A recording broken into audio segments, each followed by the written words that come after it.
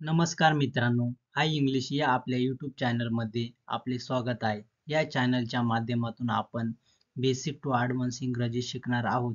आज आपण I am आणि वी आरचा वापर करणे शिकूयात. चला तर आपण आपल्या लेसनला सुरुवात करूया. आय म्हणजे मी. बोलणारी व्यक्ती स्वतःबद्दल आय हा शब्द वापरते. बोलणारी व्यक्ती स्वतःबद्दल कोणता शब्द वापरते? आय शब्द वापरते. समजा मी बोलत आहे, त्याच्यामुळे मी माझ्याबद्दल आय हा शब्द वापरेन. आय हा शब्द एकवचनी आहे. आय हा शब्द एकवचनी आहे. आयचे अनेक वचन वी आहे. आयचे अनेक वचन काय आहे? वी. वी म्हणजे आम्ही. आय आणि वी यांना प्रथम पुरुषवाचक सर्वनामे असे म्हणतात. आय आणि वी यांना काय म्हणतात? प्रथम पुरुषवाचक सर्वनामे म्हणतात. आय आणि वी हे काय आहेत? ही सर्वनामे आहेत. बी म्हणजे असणे.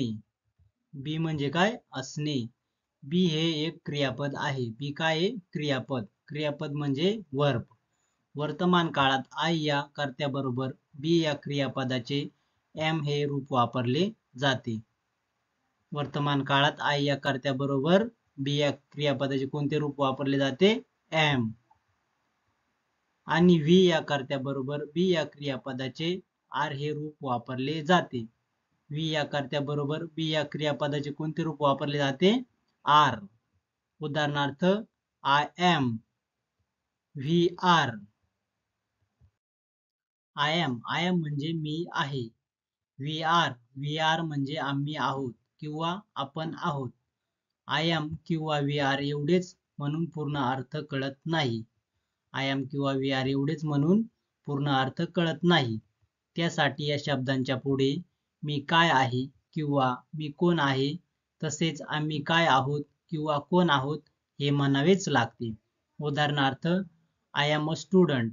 आय एम अ स्टुडंट म्हणजे मी विद्यार्थी आहे. या वाक्यामध्ये अ स्टुडंट वापरले आहे. या वाक्यामध्ये आय एम नंतर अ स्टुडंट वापरले आहे. त्यामुळे या वाक्याचा पूर्ण अर्थ आपल्याला समजतो. आता आपण पुढील वाक्य बघू.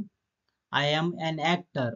आय एम एन ॲक्टर या वाक्यामध्ये आय एम नंतर एन ॲक्टर वापरले आहे. त्यामुळे या सुद्धा वाक्याचा पूर्ण अर्थ समजतो. आय एम एन ॲक्टर म्हणजे मी अभिनेता आहे. We are students. We are students म्हणजे आम्ही विद्यार्थी आहोत. वी आर नंतर स्टुडंट्स वापरले आहे. त्यामुळे या सुद्धा वाक्याचा पूर्ण अर्थ आपल्याला समजतो. We are actors. We are actors म्हणजे आम्ही अभिनेते आहोत. या सुद्धा वाक्यामध्ये वी आर नंतर ॲक्टर्स वापरले आहे. त्यामुळे या सुद्धा वाक्याचा आपल्याला पूर्ण अर्थ समजतो. आपण काही वाक्य बघितली. त्या वाक्यांमध्ये अ स्टुडंट आणि एन ॲक्टर असे लिहिले आहे. ए आणि एन या दोन्ही शब्दांचा अर्थ एक असाच आहे. ए आणि एन या दोन्ही शब्दांचा अर्थ काय आहे? एक. त्यांना आर्टिकल्स असे म्हणतात. ए आणि एन यांना काय म्हणतात? आर्टिकल्स. ज्या एकवचनी सामान्य नामाचा उच्चार व्यंजनाने होतो त्याच्या आधी ये आणि ज्याचा उच्चार स्वराने होतो त्याच्या आधी एन हे आर्टिकल लावले जाते. ज्या एकवचनी सामान्य नामाचा उच्चार व्यंजनाने होतो. अ स्टुडंटच्या आधी एस चा उच्चार कशाने होतो? व्यंजनाने होतो. एसचा उच्चार व्यंजनाने होतो. त्यामुळे आपण त्याच्या आधी ए वापरले आहे. आणि एन ॲक्टर यामध्ये ॲक्टरचा उच्चार स्वराने होतो. त्यामुळे एन वापरले आहे. अनेक वचनी नामाच्या मागे ए किंवा एन हे आर्टिकल लावताच येत नाही. अनेक वचनी नामाच्या मागे ए किंवा एन आर्टिकल लागत नाही. आता आपण काही वाक्य बघूयात. I am a doctor. I am a doctor म्हणजे मी डॉक्टर आहे. We are doctors. We are doctors म्हणजे आम्ही डॉक्टर आहोत. आय एम अ डॉक्टरचे वी आर डॉक्टर्स हे अनेकवचनी वाक्य आहे.